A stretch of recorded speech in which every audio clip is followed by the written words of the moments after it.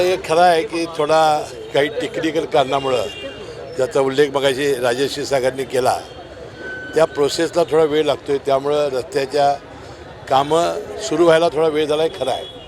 पण आज मला मनापासूनचा आनंद आहे की या कोल्हापुरातील 100 कोटी रुपये प्रोजेक्टमधील 16 मुख्य रस्त्याचं काम होतं आहे आणि मला वाटतं चांगलं काम होईल आणि लोकांना दिलासा मिळेल. खरं तर आज संजय राऊत यांनी एक पत्रकार परिषद घेतली. जे निकाल जो दिलेला आहे नार्वेकर यांनी तो खूप चुकीच्या पद्धतीने त्या संदर्भातले आम्ही आज पत्रकार परिषद घेऊन पोलखोल देखील करणार असल्याचं. नाही ठीक आहे ना, ते अनेक दिवस तसं सांगतायत. राहुल नार्वेकरांनी काल खुलासा केलेला आहे. तेही आपण निकाल कसा दिला आणि योग्य आहे त्याचा पोलखोल ते करतील. काय वाटते एकंदरीत अशा पद्धतीचा एखादा निर्णय दिल्यानंतर देखील अशा पद्धती नाही, आता बघा कॉशी ज्युडिशियलचे अधिकार हे अध्यक्षांना आहेत. त्यांनी सर्वोच्च न्यायालयाच्या निर्णयाप्रमाणे आदेश दिलेला आहे. तो समजा आपल्याला मान्य नसेल तर आपण सर्वोच्च न्यायालयात जायचं, उच्च न्यायालयात जायचं, हे मार्ग आपल्याला रिकामे आहेत ना. त्याच्यावर आज टीका टिप्पणी करून त्या निर्णयावर आज असं कधी काही झालेलं नाही. लोकसभेच्या 6 जागा ज्या आहेत ते राष्ट्रवादीला लढवण्यासाठी मिळणार अशी माहिती मिळते. काय नाही, मला त्याच्यातली काही माहिती नाही.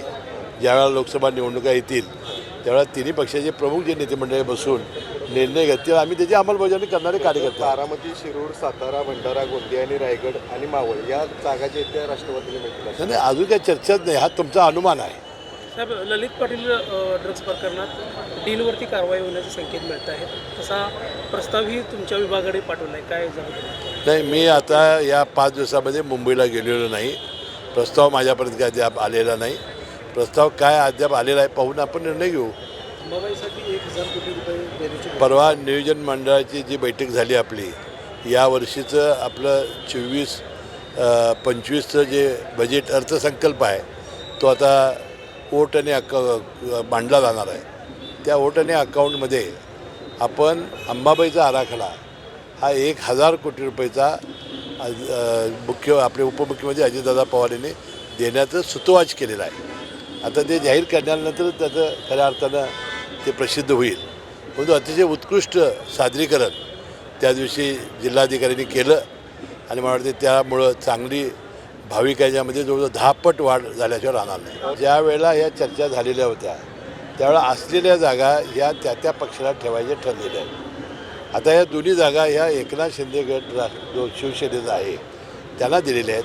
त्यामुळे आज तरी ते 2 उमेदवार आपल्यासमोर आहेत. आज शरद पवार कोल्हापूरमध्ये येत आहेत. आपण त्या ठिकाणी कार्यक्रमाचे अध्यक्ष देखील आहेत. त्या कार्यक्रमात जाणार आहात? नाही, माझं काय झालं, संभाजीराजे महाराजांचा पुतळा आम्ही कागलला अनावरण करणार आहे. त्या अनावर प्रसंगी मला उपस्थित असल्यामुळं मी त्या कार्यक्रमात जाऊ शकतो. मी शुभेच्छा दिलेल्या आहेत. साहेब, अंबाबाई विकास आराखडा तर स्थानिक व्यापारी आता विरोध करत आहेत. काल त्यांनी पत्रकार परिषदेची नाराजी व्यक्त केली. आपल्यासोबत काही चर्चा नाही, त्याची जिल्हाधिकाऱ्यांची चर्चा झालेली होती. जिल्हाधिकाऱ्यांनी चांगला मोबदला देऊन करण्याचं त्यांना अभिवचन दिलेलं आहे. जिल्हाधिकाऱ्यांची माहिती आहे की जी संमती आहे. आता ते काही व्यापारी मला आणि राजेश क्षीरसागरांना भेटले, आम्ही भेट घेऊ. परंतु कोल्हापूर शहराच्या आणि या अंबाबाईचं महत्त्व लक्षात घेऊन, कारण तिथं विस्तार थोडा झाल्याशिवाय, महाद्वार रोड हा मोठा झाल्याशिवाय त्याला शोभा येणार नाही आणि भाविकांची सोय होणार नाही. कारण हे अनंत काळ टिकणारं काम आहे. मला वाटतं त्यांना जो काय मोबदला आहे तो चांगला देऊन आपण ते करू. पण एक चांगलं केल्याशिवाय मला वाटतं नागरिकांच्या आणि भाविकांच्या सोयीसुविधा होणार नाहीत याची आपल्या सर्वांना माहिती आहे. पुनर्वसित बाहेर जायचं नाही, तिथंच पाहिजे त्यांना, असं त्यांचं म्हणणं आहे. नाही, तिथंही पुनर्वसित करण्याचं धोरण सरकारचं आहे. परंतु चांगला मोबदला त्यांना मिळेल असं मला वाटतं आहे.